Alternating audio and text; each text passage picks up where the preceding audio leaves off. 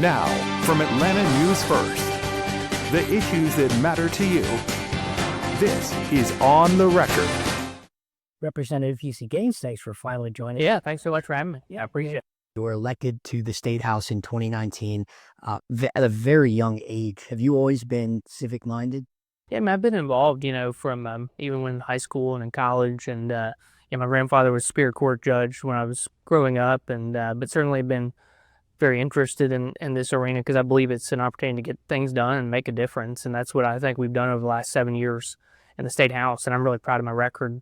I'm serving the Athens area, and I'm excited about running for Congress and looking forward to the steps ahead. When I first ran for the State House, it was 2017, and I actually lost my first election. And it was one of the best things that happened to me in my public life because I, learned a lot certainly in that first race. And we came back a year later and beat the Democrat who had beaten me, and had a really big win. And so I was excited about that. But over the last 7 years, I think what we've accomplished is significant, and I'm proud of it, and looking forward to having the opportunity to go to D.C. and do the same. Yeah, and a lot of people speculated that you would probably eventually run for a higher office at the federal level, and now that time has come. Why was now the time for you to do that? Well, I look at what we have going on in this country, and certainly obviously a seat coming open with Mike Collins running for the U.S. Senate opened opportunity, but I look at what we've got going on in this country right now.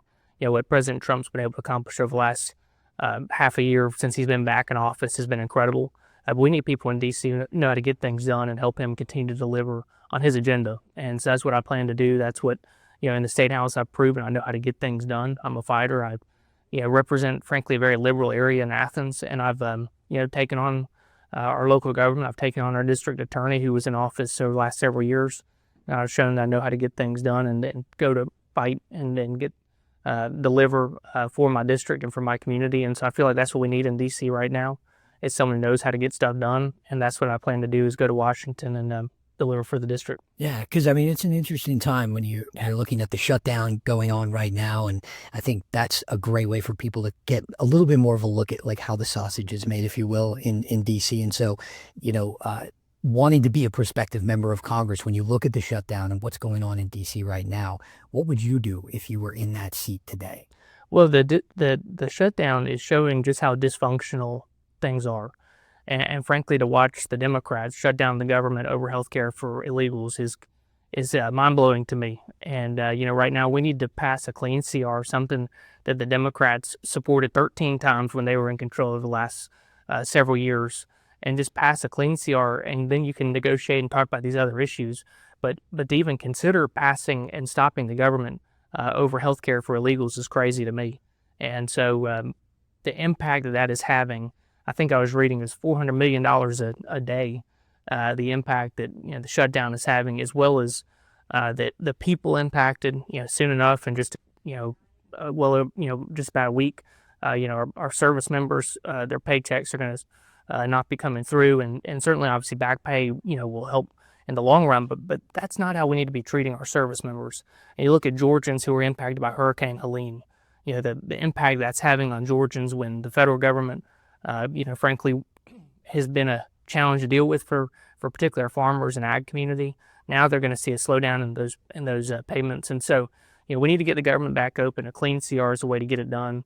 And my hope is the Democrats will come to their senses and pass it, just like, again, they did every time when they were in control for the last several years. Yeah, I think a lot of people also, this is kind of pointed out a lot of things about the healthcare system, and not a lot of people, I think about it until there's the threat of it being done, when we talk about either people's access to Medicaid or these subsidies that are kind of holding up everything in D.C.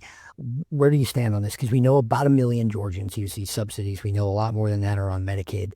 And so when people say, I don't want to lose my health care, everybody seems to have a different answer to how that's going to get fixed. What's yours? Well, first of all, our healthcare system in this country has a lot of problems, and whether it's medical billing or whether it's insurance rates for consumers, there's a lot of challenges with healthcare in this country right now. And certainly, we want to make sure that American citizens continue to have access to healthcare. Now, in my opinion, it's crazy to provide American subsidized healthcare for those in this country illegally. But for American citizens, we need to make sure that we provide and ensure access to care. That's what we've done here in Georgia through the Patients First Act and other things that we've done at the state legislature. And it's my belief that President Trump and the Republicans in Congress want to continue to provide and ensure that there are opportunities that are there for American citizens, but we're not going to support health care for those in this country illegally being paid for by American citizens. You found yourself very much at the center of the immigration debate within the last year and a half after Laken Riley was killed. In your district, you worked very closely with state and federal lawmakers to get some legislation passed that would crack down on sanctuary cities and encourage a little bit more cooperation between these cities and with immigration's enforcement. How has that legislation been going in your eyes so far? Well, first of all, it was something I would not have expected to have been so engaged in my district, to see what happened firsthand where Laken Riley, a young woman, 22, who had an incredibly bright future ahead of her, was brutally murdered by someone who should have never been in this country. And to see what happened to her, again, in Athens, in a very public place. This was 10 o'clock in the morning in a very public place in Athens on the University of Georgia's campus.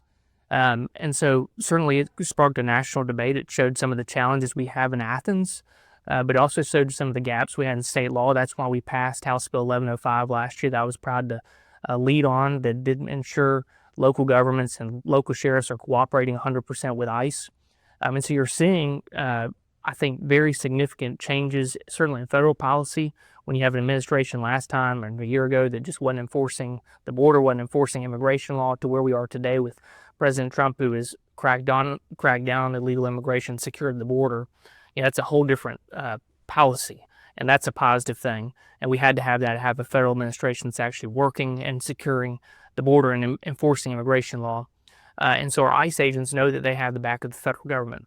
They also know that in Georgia, you're going to have 100% cooperation with local sheriffs and local law enforcement. And so that gives them the tools that they need to go and find those who in this country who are legal and who have committed other crimes. And that's really where their focus has been. I've had the opportunity to talk to our ICE agents here in Atlanta a number of times. And certainly we need to support them in any way we can, whether it's through the One Big Beautiful Bill that gave them record funding, or it's through state legislation that ensures they have total cooperation. And so that's what we've done here in Georgia. And I think one thing that I have found particularly interesting in the bill we passed was it also showed some transparency.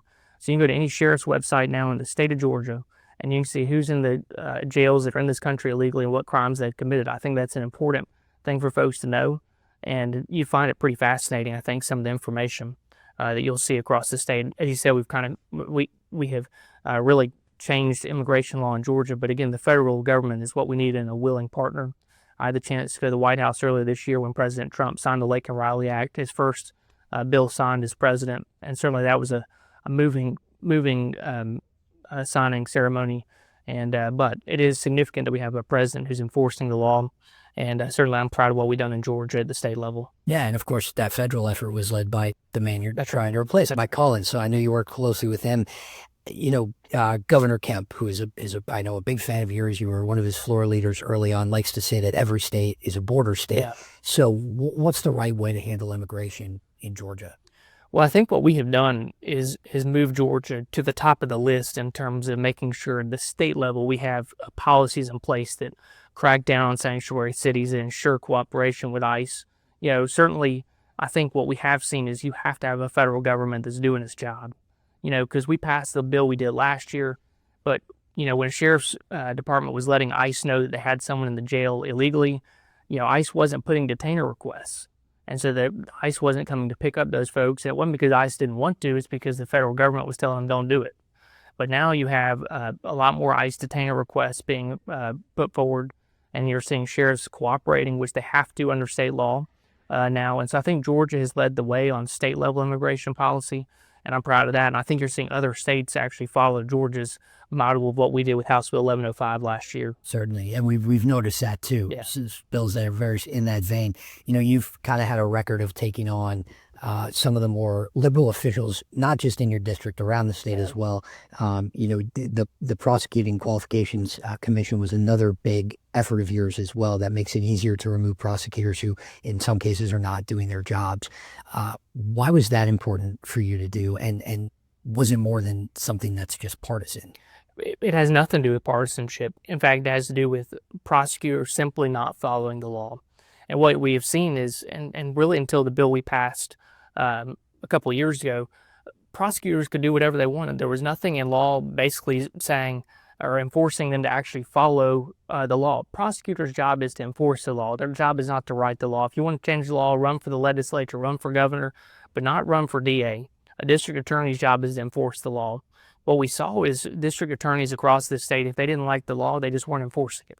We had that in Athens with Deborah Gonzalez, and you have a number of prosecutors across this state who, frankly, in my opinion, aren't doing their job, like Deborah was, like Fonnie Willis in Atlanta.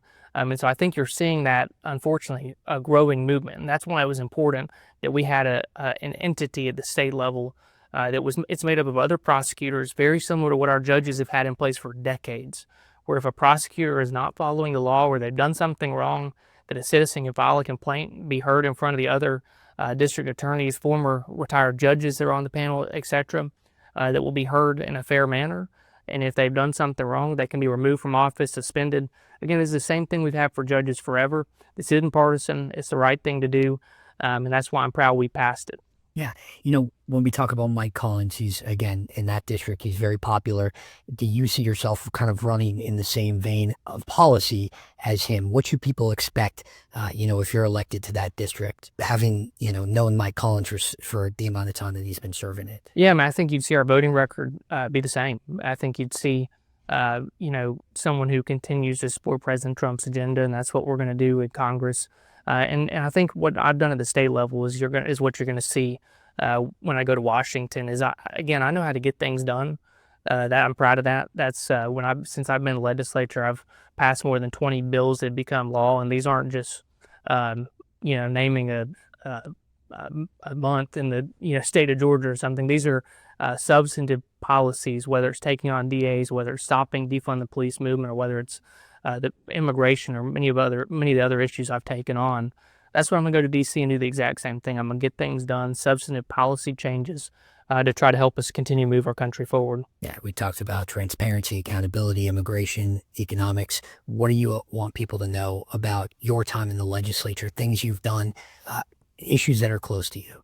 Well, some of the things that we've talked about, public safety, when I think of my record over the last 7 years, it really, in my opinion, the most important things I've done have been under the umbrella of public safety, whether it's immigration, whether it's when Athens and Atlanta were trying to cut their police budgets by 50%, we stopped that with the law we passed, or whether it's on immigration. We talked about that already this morning. So what we've done, I think, public safety in particular is quite significant. I've also been involved in we're creating a cold case unit within the Georgia Bureau of Investigation that has allowed families across this state to get justice for their loved one. And they solved a case in Athens that had been cold for a couple of decades. Because of the bill that we passed, it creates a cold case unit within the GBI. We've ensured funding is there for the GBI. And again, that gives justice for the family, but also gets a cold-blooded killer off the streets and in jail where they should be. And so those are the things that we've done. Again, these are substantive issues. That's what I'm proud of, everything from human trafficking to domestic violence to immigration. I've been on the front lines taking on real policy issues. That's what I'm going to do in D.C. when I'm elected. Right. Representative Gantz, thanks for joining us. Thank you so much. I really appreciate it. Cool. Thank you.